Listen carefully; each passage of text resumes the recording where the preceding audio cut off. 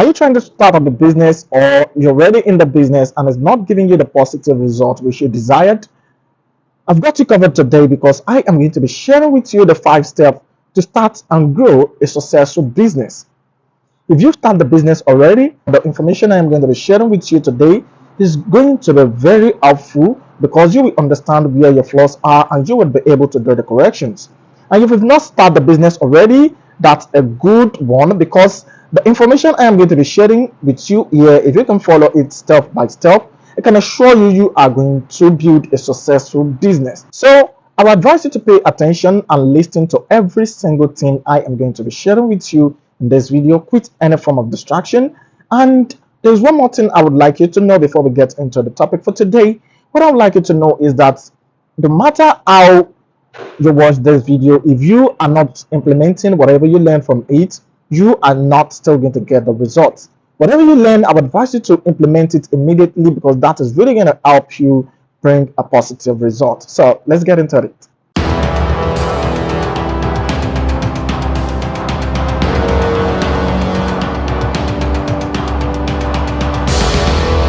Welcome to the channel. If you are new to the channel or you're just seeing my content for the first time, I am Oladipo Suleiman. I'm the founder of Sell Like Crazy Academy, where I help small business owners like you with sales, advertisement, content creation, how to edit your product pictures, how to edit your videos, and a lot more. That's exactly what I'm sharing in this channel. So I would advise you to click on the subscribe button and click on the notification bell for you to get notified whenever I drop a new video.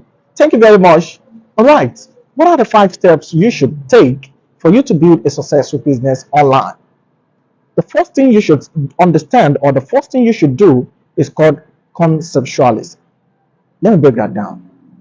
You have to generalize, or you have to do some findings on what are the business that I can operate, or what are the business I am capable to run. You don't just jump into the business you don't have idea about it.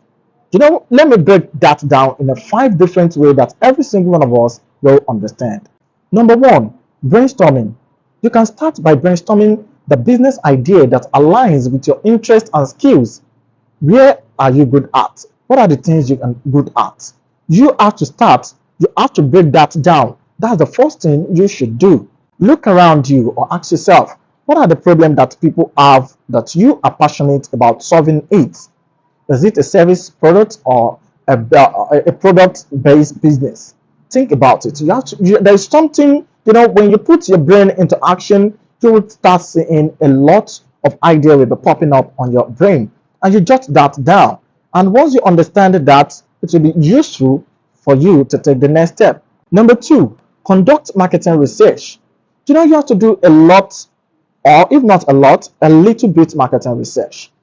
But the more the research you do, the more and the proper you are going to have a better understanding of the business you are going into. Take a look at the trend and the product or the service you're going into. What is it that is trending in that niche? Take a look at your target audience. Who are the people that are going to buy that your product? Take a look at your competitors. Who are the people within that your vicinity, within that your locality, within that your state, within your country? Who are the people who are into that service or that product that you are trying to go into? It is very, very important you also make a market research. That will also help you understand the kind of business you are going into, or have a proper understanding of the business you are about to start. Number 3, identify the problem you are solving. Once you understand the problem you are about to solve, or the problem that your audience has, these are the things my people lack. These are the things people are finding it hard to do that I'm going to be helping them with. Once you understand that, that will make you stand out.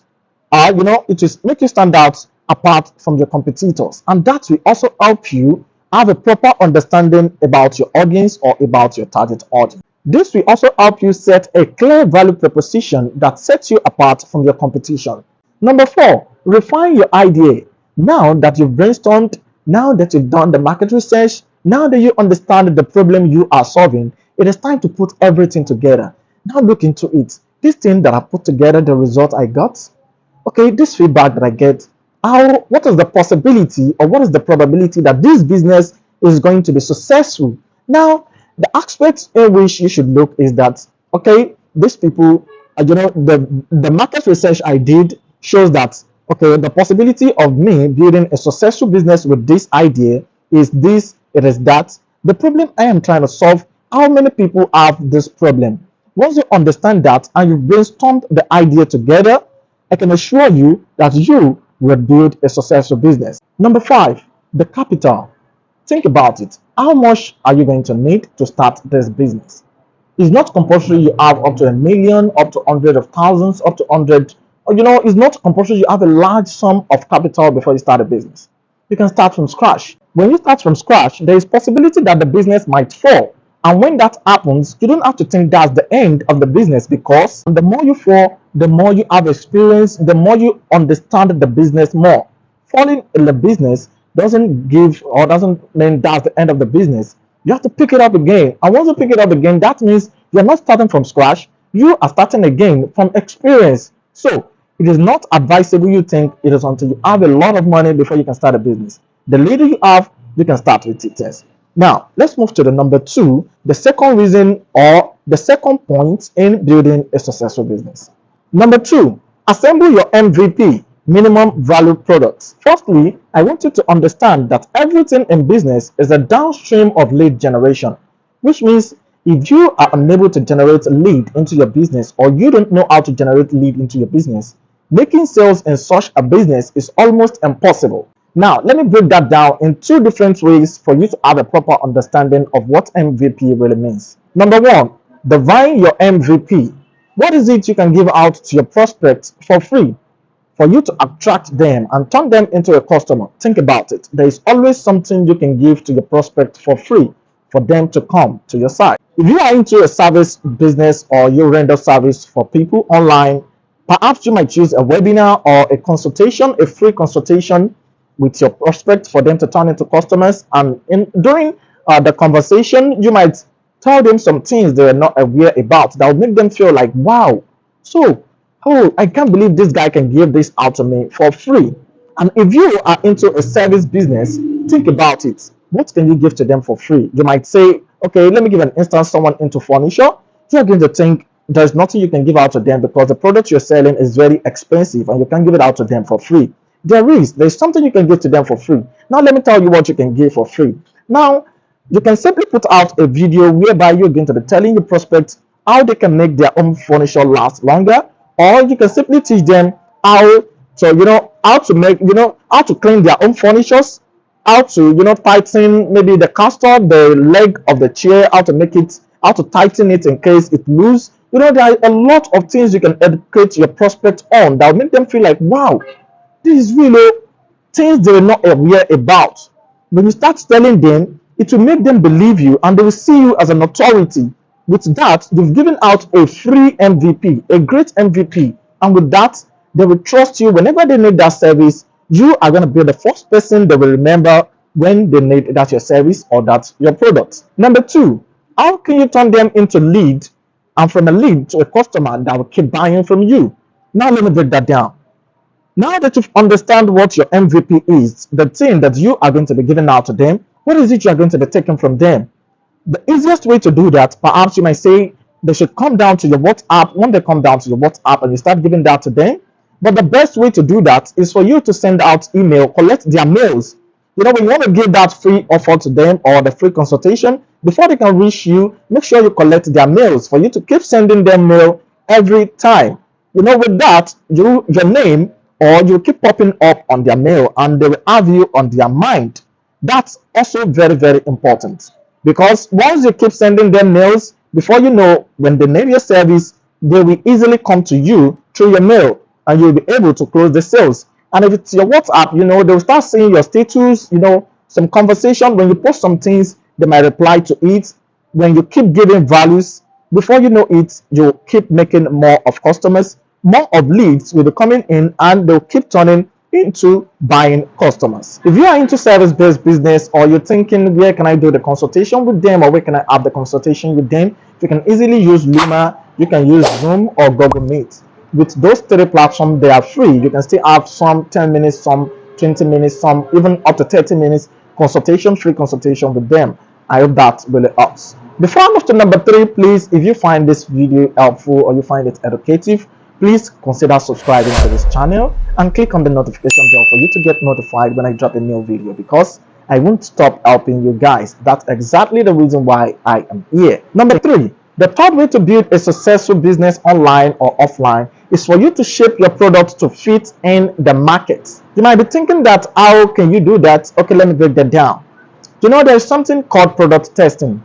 Let's assume you build or you bring out a product right now and you find out that people are really not turning up, or you try to ask a review. When you create the product, you give it out for testing, and when people test the product, they were like, okay, why can't you do it like this? Why can't you do it like this? Why can't you do it like this? You might put that into action. Let me give an example. The likes of iPhones. When iPhone creates, there's iPhone 11, there's iPhone 11 Pro Max, there's XX, there's series of iPhones. They were doing that as a product test for them, for people to know there's this, there is that, there's series of products they can get from iPhones. That is just an example of how you can shape your product to fit in the market. The first step you should take after all the process, all the previous things we've discussed, is for you to launch your product. After you've brainstormed the idea you want to use, after you've come up with a product, after you've done a lot of research, and you have understand who your target audience are, the next thing for you to do is what? Is to launch your product. Now, start running adverts, start shouting about your products. Keep on shouting to people, run a lot of adverts, give your product to bloggers for them to post. Run a lot of adverts on Facebook, Instagram, Twitter, YouTube, a lot of social media platforms. Keep running adverts, go to television stations, go to radio stations, shout about that your product. Let people know about that your product. That exactly, or that will also help you a lot, because that's going to create awareness. It will let people know that something is out, something is trending. This is what in town. That's exactly what big organizations, big companies, that's exactly what they were doing. Or perhaps if you don't have much money for you to run a lot of adverts like that, if it's only on Facebook that you can run adverts, you can simply go to your WhatsApp, or another logic. I'm trying to tell you another logic. Go to your WhatsApp, share the video of your product with your friends. Let them repost that for you. Go to Instagram, share to your story, play with your customers, or if you don't have customers yet, when you share it on your stories, before you know it, one person will see it, two will see it, three will see it. The more attractive your product is, the more people are going to share it. And when people started sharing it, the Instagram algorithm or the Facebook algorithm believe that is something people want to see. Before you know it, people will start sharing it with you. But the best way to promote your business is for you to invest in your business, because when you have money to promote your business, it is really going to help the business to go far. The last way to build a successful business is for you to what? To scale up your business. That's the last point which I'm going to be discussing about today. When you scale your business, this is a point where a lot of business owners are not getting to, or they are not getting to achieve this stage. It's just like a franchise. When you have a business and it's doing fine in a location, try to move to another location. When you are already on Facebook before and Instagram, try to move to TikTok, try to move to Twitter. Create franchise, like move your business to other places. Try to scale your business. If you are selling one product before, think of it, what product is similar to this, that when I bring it together, people will also appreciate it. They're like, let's examine or someone who is selling Gary. You're selling Gary and you see it's moving fine. Why can't you bring groundnut to it? When you bring groundnut and Gary together, Gary means cassava flour, perhaps, if you're not a Nigerian. When you bring cassava flour and groundnut together, it really makes sense.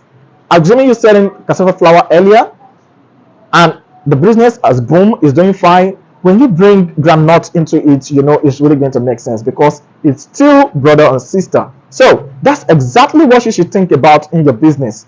And I use example of someone into furniture earlier. You're selling a furniture product. Let's examine it, a chair, just only chair you're selling, and you're doing fine with it. Now, when you bring in throw pillows into it, people like throw pillows on their chair. Perhaps your chairs might not have that earlier. When you bring up a throw pillow, you see the market, people will appreciate that, because it's something that goes with what you are selling earlier. That's exactly how you can scale your business, and I think that really helps. If you find this video helpful, I would advise you to consider subscribing to my channel. and click on the notification bell for you to get notified when I drop a new video. And feel free to drop a comment if you have any difficulties you want me to discuss about, or you wanted to put a video up for it. I'll be glad if you could drop a comment, and I am going to bring that up for you. Thank you very much. I am Oladipo Suleiman, and I'll see you in the subsequent video. Peace.